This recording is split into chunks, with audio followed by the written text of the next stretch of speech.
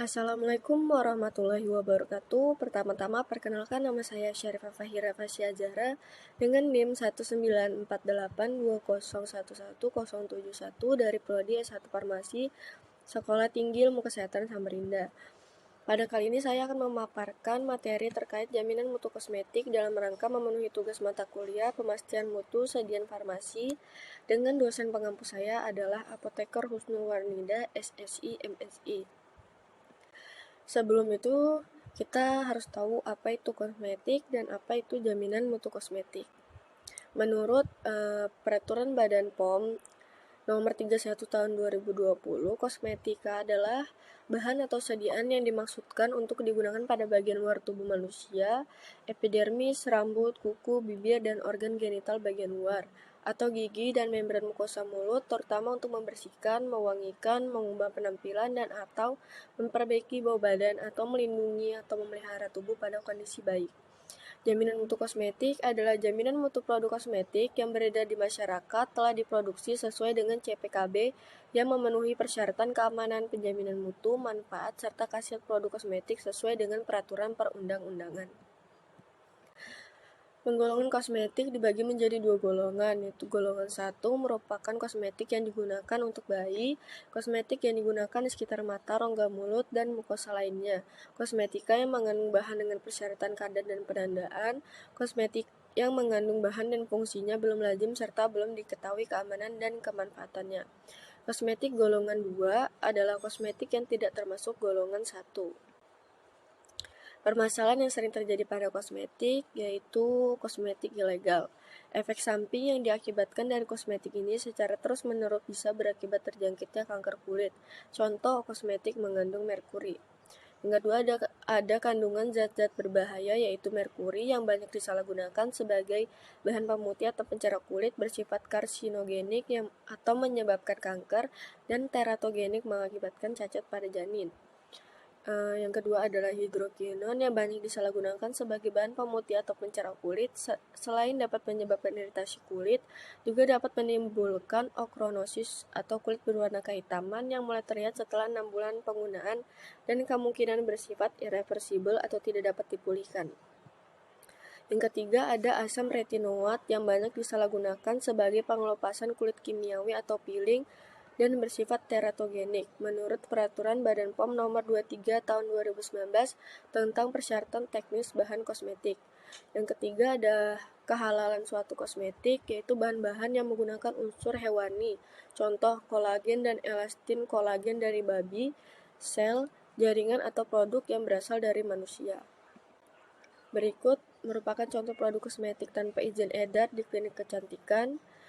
Dan contoh produk kosmetik mengandung zat-zat berbahaya, contohnya adalah merkuri, serta efek samping yang ditimbulkan dari penggunaan produk kosmetik yang mengandung merkuri. Berikut merupakan contoh produk kosmetik non-halal. Pengendalian mutu terhadap kosmetik, penentuan standar maksimum pembuatan kosmetik, penandaan kosmetik, nomor izin edar, pengawasan peredaran kosmetik, penerapan standarisasi nasional atau penerapan jaminan mutu. Untuk melindungi masyarakat terhadap hal-hal yang dapat merugikan dari penggunaan kosmetik yang tidak memenuhi syarat mutu dan keamanan, maka perlu dicegah beredarnya kosmetik yang tidak memenuhi syarat mutu dan keamanan. Langkah utama dalam menjamin mutu dan keamanan kosmetik bagi pemakainya adalah setiap industri kosmetik harus menerapkan cara pembuatan kosmetik yang baik atau CPKB pada seluruh aspek dan rangkaian kegiatan produksinya. Apa itu CPKB? CPKB adalah cara produksi kosmetika yang baik, merupakan suatu acuan atau pedoman yang telah ditetapkan yang berkaitan dengan sistem operasional produksi kosmetik serta pengendalian mutu produk kosmetik untuk menjamin produk kosmetik yang diproduksi memiliki mutu yang sesuai. Seorang apoteker yang memiliki tanggung jawab di bidang industri farmasi kosmetik harus menjalankan peran profesi sesuai dengan berbagai aspek yang tercantum dalam Peraturan BPOM Nomor 31 Tahun 2020 tentang perubahan atas Peraturan BPOM Nomor 25 Tahun 2019 tentang pedoman cara pembuatan kosmetika yang baik, di mana berbagai aspek tersebut diantaranya adalah personalia, bangunan, fasilitas, peralatan, sanitasi dan higien, produksi, pengawasan mutu, dokumentasi, audit internal, penyimpanan, kontrak produksi dan pengujian, serta penanganan keluhan dan penarikan produk. Dilakukan penanganan terhadap hasil pengamatan produk di seluruh tempat pengedaran yang berperan untuk mendukung terbentuknya suatu produk kosmetika yang memiliki mutu yang sesuai dengan persyaratan CPKB. Peran apoteker sebagai QA dan QC sangat memegang peranan penting yang dapat berpengaruh terhadap hasil produk kosmetika sehingga tidak terjadi peredaran produk kosmetik yang ilegal di masyarakat. Aspek personalia, tersedia personil dalam jumlah yang cukup dan mempunyai pengetahuan, pengalaman, keterampilan, dan kemampuan yang sesuai dengan tugas dan fungsinya. Semua personil memenuhi persyaratan kesehatan baik fisik maupun mental serta mengenakan pakaian kerja yang bersih. Personil yang bekerja di area produksi tidak boleh berpenyakit kulit, penyakit menular, atau memiliki luka terbuka. Personil memakai pakaian kerja, penutup rambut, dan alas kaki yang sesuai dengan sifat pekerjaan yang dilakukan, misal memakai sarung tangan dan masker.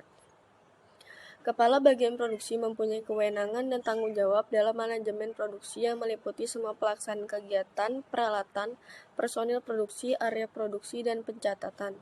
Kepala bagian pengawasan mutu diberi kewenangan penuh dan tanggung jawab dalam semua tugas pengawasan mutu meliputi penyusunan, verifikasi, dan penerapan semua prosedur pengawasan mutu.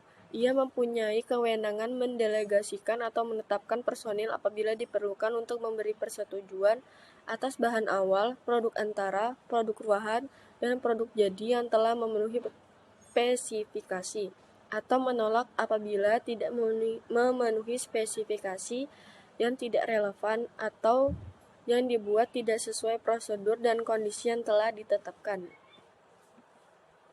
Aspek bangunan fasilitas, bangunan dan fasilitas ditempatkan pada lokasi yang sesuai, didesain, dibangun, dan dipelihara. Bangunan mempunyai penerangan yang memadai dan ventilasi yang diatur sedemikian rupa sehingga pertukaran udara dapat menghilangkan uap, gas, asap, bau, dan debu serta panas yang berdampak buruk terhadap kegiatan produksi. Disediakan area sesuai dengan kebutuhan untuk proses pembuatan antara lain penerimaan bahan, pengambilan sampel bahan, penyimpanan barang datang dan karantina, penyimpanan bahan awal, penimbangan dan penyerahan, pengolahan, penyimpanan produk bahan, pengemasan, karantina sebelum produk dinyatakan lulus, gudang produk jadi, tempat bongkar muat, laboratorium, dan tempat pencucian peralatan. Aspek peralatan, peralatan didesain dan ditempatkan sesuai dengan kebutuhan produk yang akan dibuat. Peralatan tidak boleh menimbulkan efek yang merugikan terhadap produk yang sedang diproses serta harus mudah dibersihkan. Peralatan untuk menimbang, mengukur, menguji, dan mencatat, dirawat dan dikalibrasi secara berkala. Semua catatan perawatan dan kalibrasi disimpan dengan baik. Petunjuk cara penggunaan pembersihan dan pemeliharaan hendaknya ditulis secara rinci dan jelas serta diletakkan di tempat yang mudah dilihat. Aspek sanitasi dan higien, sanitasi dan higien dilaksanakan untuk menghindari terjadi kontaminasi dalam pembuatan produk. Sanitasi dan higien mencakup personil, bangunan dan fasilitas, peralatan atau perlengkapan dan bahan awal serta produk termasuk wadahnya. Sanitasi dan higien bertujuan untuk menghilangkan semua sumber potensial kontaminasi dan kontaminasi silang di semua area yang dapat beresiko pada kualitas produk. Aspek produksi, semua kegiatan produksi dimulai dari pengadaan bahan awal sampai dihasilkannya produk jadi. Untuk itu, semua bahan awal yang digunakan harus lulus uji sesuai spesifikasi yang ditetapkan. Semua prosedur harus dilaksanakan sesuai prosedur tetap tertulis yang telah ditetapkan. Semua pengawasan selama proses yang diwajibkan harus dilaksanakan dan dicatat. Semua produk jadi harus dikarantina terlebih dahulu. Setelah dinyatakan lulus uji oleh bagian pengawasan mutu, baru dimasukkan ke gudang produk jadi untuk didistribusikan. Pengawasan secara seksama perlu dilakukan terhadap kegiatan pengolahan yang memerlukan kondisi tertentu, misalnya pengaturan suhu, tekanan, waktu, dan kelembapan serta kemungkinan terjadinya kontaminasi silang seperti pada pembuatan produk kering. Aspek pengawasan mutu. Pengawasan mutu merupakan bagian penting dari CPKB karena memberi jaminan konsistensi mutu kosmetika yang dihasilkan. Pengawasan mutu adalah semua upaya pemeriksaan dan pengujian yang dilakukan sebelum, selama, dan setelah pembuatan kosmetika untuk menjamin produk yang dihasilkan senantiasa memenuhi persyaratan mutu yang ditetapkan. Sistem pengawasan mutu untuk menjamin bahwa produk dibuat dari bahan yang benar, bermutu dan jumlah yang sesuai, serta kondisi pembuatan yang tepat sesuai prosedur tetap. Sistem pengawasan mutu meliputi bangunan laboratorium didesain sesuai dengan fungsi ruangan, peralatan, reaksi dan media pembiakan, spesifikasi dan prosedur pemeriksaan atau pengujian bahan atau produk, catatan analisis dan laporan hasil pemeriksaan atau pengujian bahan atau produk, penilaian terhadap pemasok. Pengawasan mutu meliputi pengambilan sampel, pemeriksaan, dan pengujian terhadap bahan awal, produk dalam proses, produk antara, produk ruahan, dan produk jadi sesuai spesifikasi yang telah ditetapkan. Jika diperlukan, pengawasan mutu juga meliputi program pemantauan lingkungan, pengkajian batch dokumen, program sampel pertinggal, pengujian stabilitas, dan pemeliharaan data spesifikasi bahan awal dan produk jadi. Pengolahan ulang. Metode pengolahan ulang dievaluasi secara berkala oleh bagian produksi dan mendapatkan persetujuan dari kepala bagian pengawasan mutu sebelum digunakan. Metode pengolahan ulang didokumentasikan secara lengkap. Semua perubahan dicatat dalam catatan batch produk. Perlu ada pengujian tambahan dari produk jadi yang berasal dari proses pengolahan ulang. Produk kembalian. Bagian pengawasan mutu bertanggung jawab atas penanganan produk yang dikembalikan karena adanya keluhan, kerusakan, kadaluarsa atau hal lain yang menimbulkan keraguan atas mutu produk. Semua produk kembalian diuji kembali jika perlu. Sebagai tambahan dilakukan evaluasi fisik sebelum diluluskan untuk didistribusikan kembali. Produk kembalian yang masih memenuhi spesifikasi diluluskan, dan untuk produk kembalian yang tidak sesuai dengan spesifikasi yang telah ditetapkan ditolak lalu dimusnahkan. Aspek dokumentasi. Sistem dokumentasi hendaknya meliputi riwayat setiap batch, mulai dari bahan awal sampai produk jadi. Sistem ini hendaknya merekam aktivitas yang dilakukan, meliputi pemeliharaan peralatan, penyimpanan, pengawasan mutu, distribusi, dan hal-hal spesifik lain yang terkait dengan CPKB. Aspek audit internal. Audit internal terdiri dari kegiatan penilaian dan pengujian seluruh atau sebagian dari aspek produksi dan pengendalian mutu dengan tujuan meningkatkan sistem mutu. Pelaksanaan audit internal dapat diperluas sampai ke tingkat pemasok, kontraktor bila perlu. Laporan harus dibuat pada saat selesainya tiap kegiatan audit internal dan didokumentasikan dengan baik.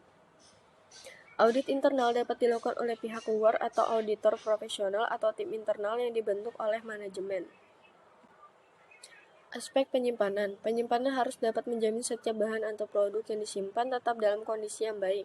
Untuk itu, area penyimpanan hendaklah dirancang sesuai kebutuhan atau sifat dari bahan. Cukup luas untuk memungkinkan penyimpanan yang memadai dari berbagai kategori bahan maupun produk. Aspek kontrak produksi dan pengujian. Pelaksanaan kontrak produksi dan pengujian hendaknya secara jelas dijabarkan, disepakati dan diawasi agar tidak terjadi kesalahpahaman atau salah dalam penafsiran di kemudian hari, yang dapat berakibat tidak memuaskannya mutu produk atau pekerjaan.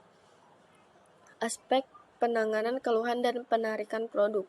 Prosedur tertulis tentang penanganan keluhan harus tersedia dan ditentukan personalia yang bertanggung jawab untuk menangani keluhan dan upaya mengatasinya, serta catatan dari setiap keluhan yang masuk. Prosedur tertulis tentang penarikan produk harus tersedia dan ditentukan personalia bertanggung jawab atas pelaksanaan dan koordinasi penarikan kembali produk, termasuk personil lain dalam jumlah yang cukup, serta catatan dari setiap penarikan yang dilakukan. Sekian pemaparan materi dari saya. Assalamualaikum warahmatullahi wabarakatuh.